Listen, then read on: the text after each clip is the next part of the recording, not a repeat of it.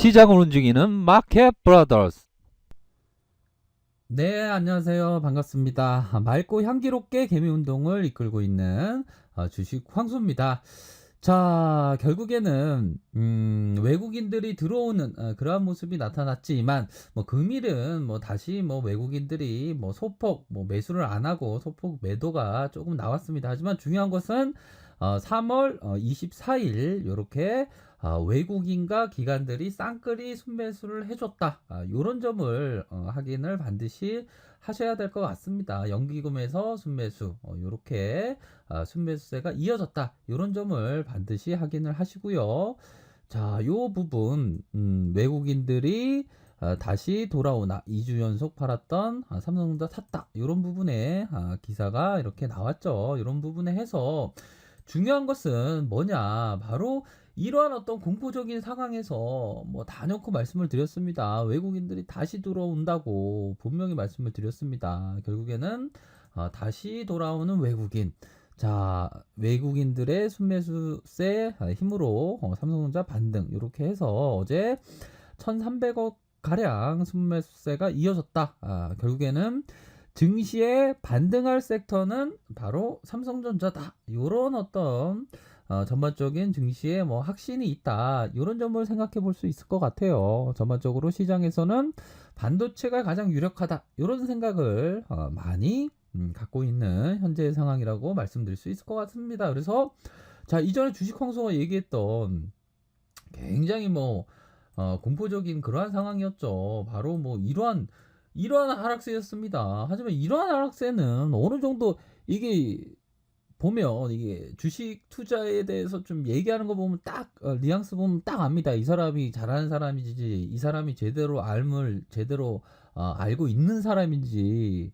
근데 이게 보면 그런 부분이 돼요. 보면 제가 뭐 어떤 분을 이렇게 말씀드리는 건 아니지만 보면 이게 참 이런 하락세 때 완전 이게 공포에 질려서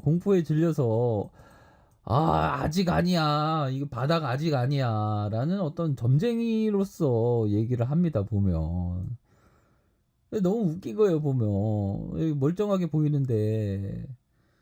그렇죠. 근데 이 공포에 막 이게 섣불리 삼성전자의 어, 어떤 바닥을 논하는 거 쉽지 않겠죠.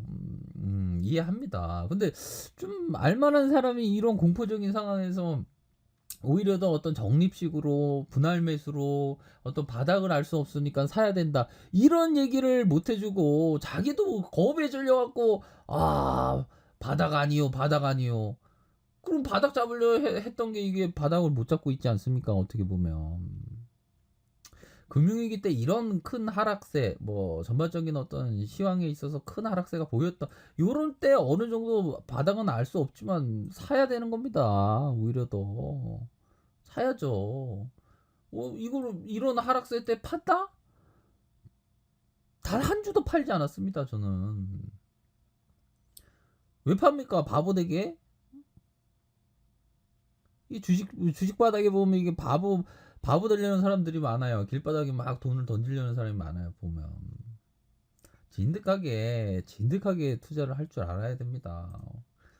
결국에는 외국인들은 막 들어오지 않았습니까? 가출한 외국인들 다시 들어온다니까 진짜 들어오지 않았습니까? 다시 쓸어들어 담는다. 요 부분. 서킷 박앤셀 브레이크가 펼쳐지고 있다. 박앤셀 좀 그만하라고. 이런 하락세였습니다. 지난 영상 보십시오. 막 이럴 때는 무조건 담아야 되는 겁니다. 그런 점 꼭 말씀드리고 싶네요. 결국에는 이러한 어떤 그 삼성전자라는 그 기업은 결국에는 참 1등 기업입니다. 1등 기업. 1등 기업. 이제는 연말 되면 뭐 3% 이상의 배당을 줍니다. 배당도 또 분기 배당을 해요. 분기마다. 그러면 어떻게 해야 되냐? 삼성전자 뭐 이왕 살 거면 우선주가 좋고요. 삼성전자를 사야 됩니다. 서킷 박에 세일 때 샀어야죠. 왜 안 삽니까? 공포에 질려서 막 너무 바닥이야. 바닥 아직 아니야, 아직 아니야. 그거는 점쟁이의 어떤 영역이고 어떤 알 수 없는 영역입니다. 알 수 없는 영역. 음? 근데 절대 저평가라는 건 알고 있지 않습니까? 그럴 때는 들이대는 겁니다. 지금 다시 한번 반등세가 나오니까 이게 다시 들이대려 하니까 힘들지 않습니까? 음? 또 아쉽고. 다시 한번 이렇게 올라오면 다시 내려가면 더 좋아해야죠. 나 내려가면 더 좋아해야지. 안 그래요? 그런 겁니다. 뭐 세계 1등 기업을 어떤 갖고 있는 그런 어떤 자부심 또한 필요하겠죠. 삼성전자는 이 반도체 부분에서 다른 어떤 글로벌 경쟁사가 따라올 수 없는 아주 기술력과 압도적인 자금력을 갖고 있기 때문에 국내 상장자 중에서 가장 순현금 자산만 넘버 원입니다. 넘버 원.